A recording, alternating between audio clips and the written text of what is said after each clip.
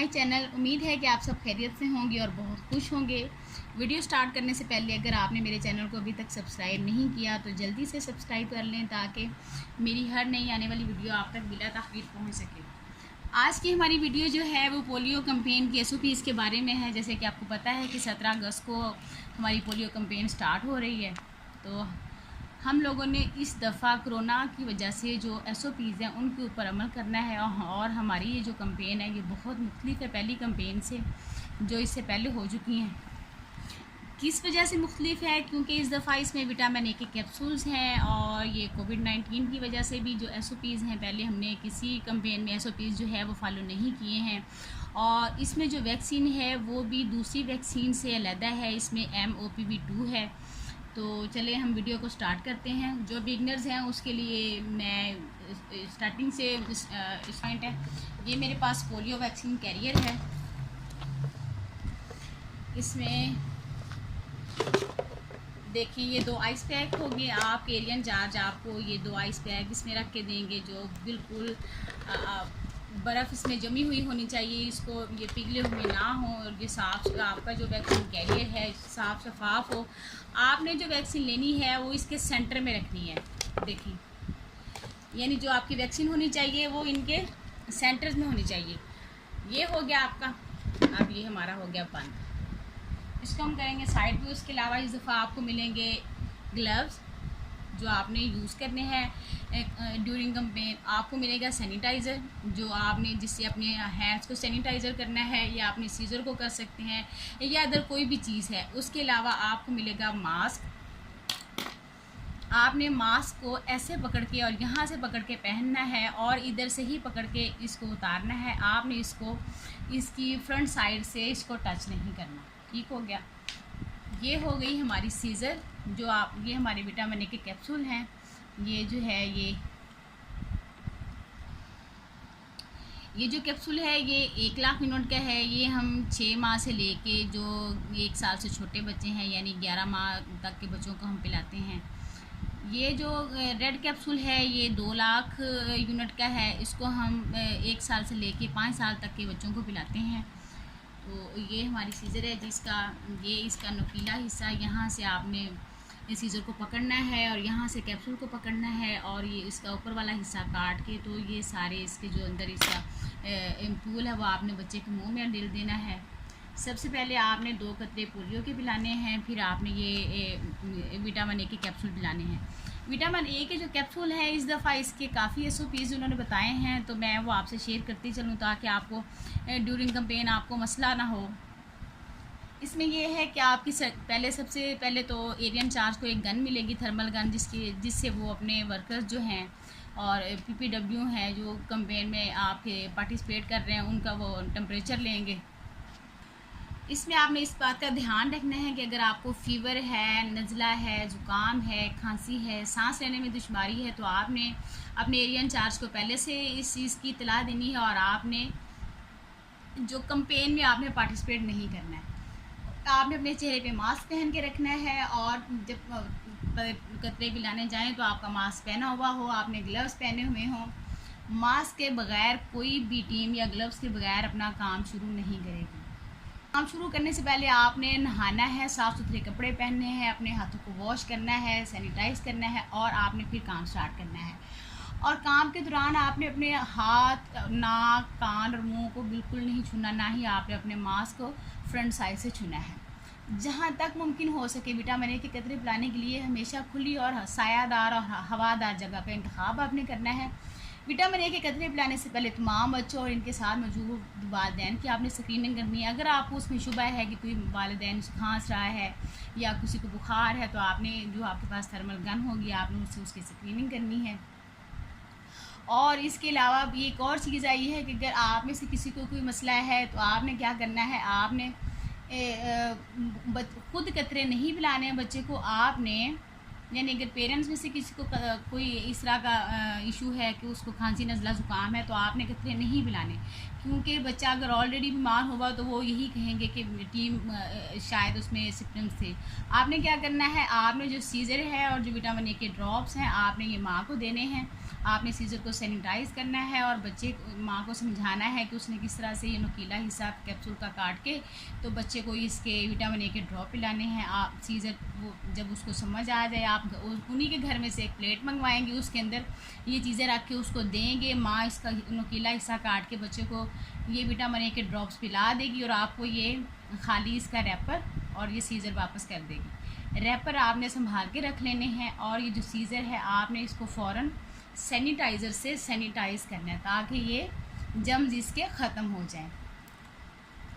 इसके साथ ही अगर बच्चे को सांस लेने में दुश्वारी है या उसको नज़ला ज़ुकाम है या कुछ भी है, सांस की तकलीफ़ है, तो आपने उसको विटामिन ए के कैप्सूल बिल्कुल नहीं पिलाना। इस चीज़ को आपने कभी भी नहीं भूलना, क्योंकि अगर किसी वजह से कोई मसला हो गया तो नाम कैप्सूल पे आएगा। इसके अलावा आपने वालिदैन को ये तरबियत देनी है कि अगर वो खांसते छींकते वक्त अपने कोहनी को या अपने बाजू को अपने चेहरे के ऊपर रखें, अपने बाजू से अपने चेहरे को ढांप लें।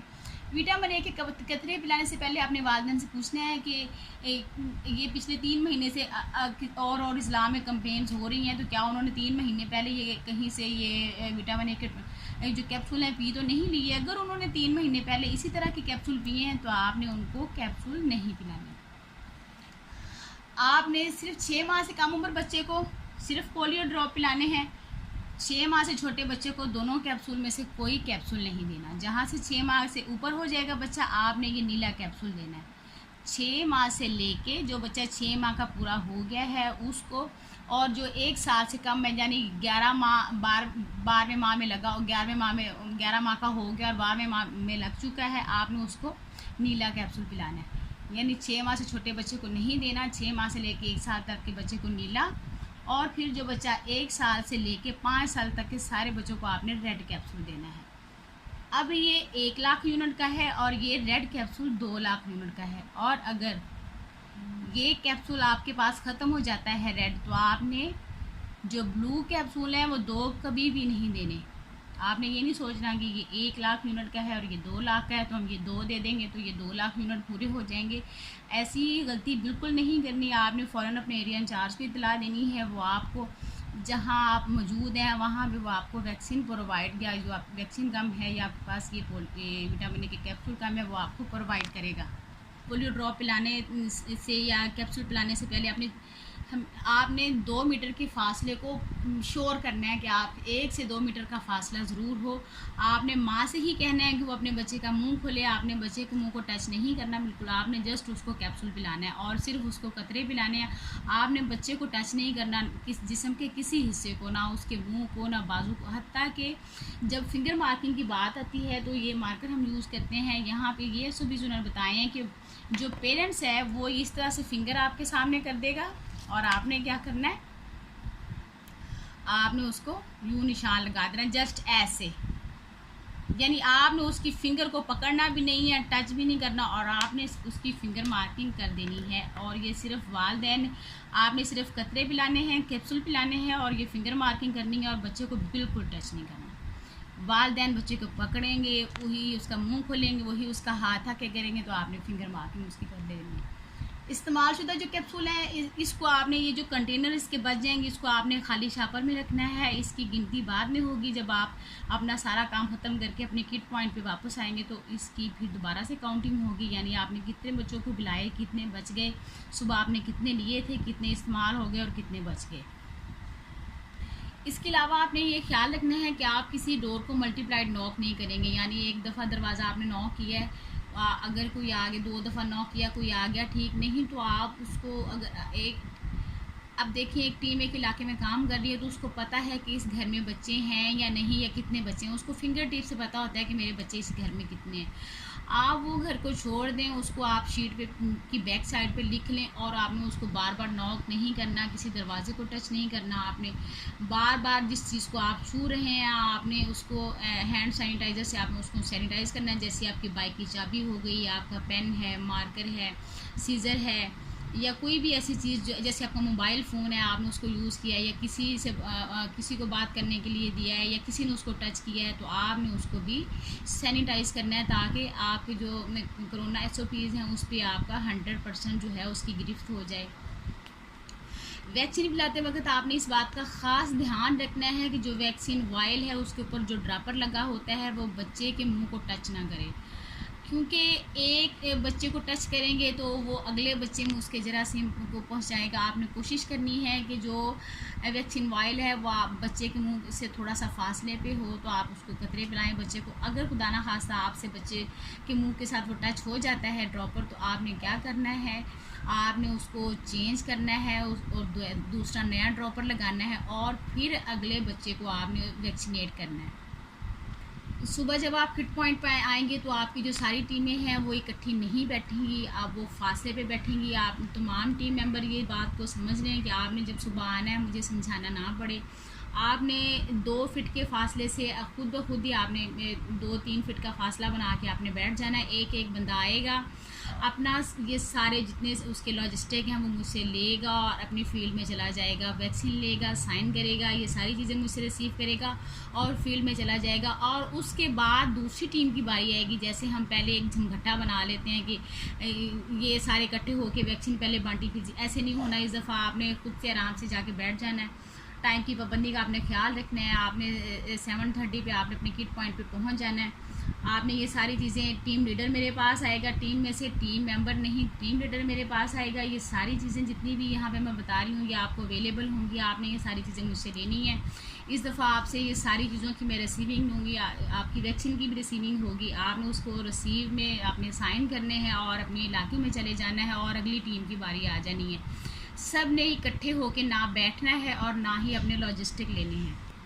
और यही तरीका आपने वापसी पे भी दोहराना है। यानी एक टीम ने पहले होता था कि टीमें किट पॉइंट पे आके बैठ के अपना टोटल वगैरह करती थी। अब आपने क्या करना है, आपने किट पॉइंट पे टोटल शीट का करके लेके आना है। आपने शीट जब आ जाना है किट पॉइंट पे, एक बंदा आए टीम लीडर, वो आके मुझे अपनी सारी चीज़ें जो है उसकी रिसीविंग दे, अपनी जो सारे दिन की उसने जो काम किया है शीट का वो लिखवाए और चला जाए। उसके बाद अगली टीम की बारी है। यानी आपने इकट्ठे ना ही बैठना है, टोटल आपने फील्ड में से करके लेके आना है और एक एक बंदे ने आके मुझे अपनी शीट का सारा काम लिखवाना है और फिर अगले बंदे की बारी यानी आते हुए और सुबह को इकट्ठे होते हुए आपने इन प्रोटोकॉल को ख़ास अहमियत देनी, क्योंकि ये जो कैंपेन है ये हमारे लिए इतनी अहमियत की हामिल है। इस पे हमारा प्रोटोकॉल जो है सबसे पहले कोविड-19 के जो SOPs हैं उस पर अमल दरामद करना है। इस दफ़ा वैसे आपकी कैंपेन में आपके काम के बहुत सारी आसानियाँ हो गई हैं, क्योंकि आपकी शीट में बहुत सी तब्दीलियाँ आ गई हैं। इंशाल्लाह ये इसी वीडियो के बाद मेरी जो अगली नेक्स्ट वीडियो है वो आपकी शीट पे है। उसमें जो बिगनर्स हैं और जो काम कर रहे हैं, जिनको शीट लिखने में कोई मसले मसाइल हैं, वो उनके सारे हल हो जाने हैं। क्योंकि समझाने में तो आपको हम एक दफ़ा समझाते हैं, जब आप इस वीडियो को 100 दफ़ा भी देख लेंगे तो आपको कोई गलती की गुंजाइश नहीं बचेगी।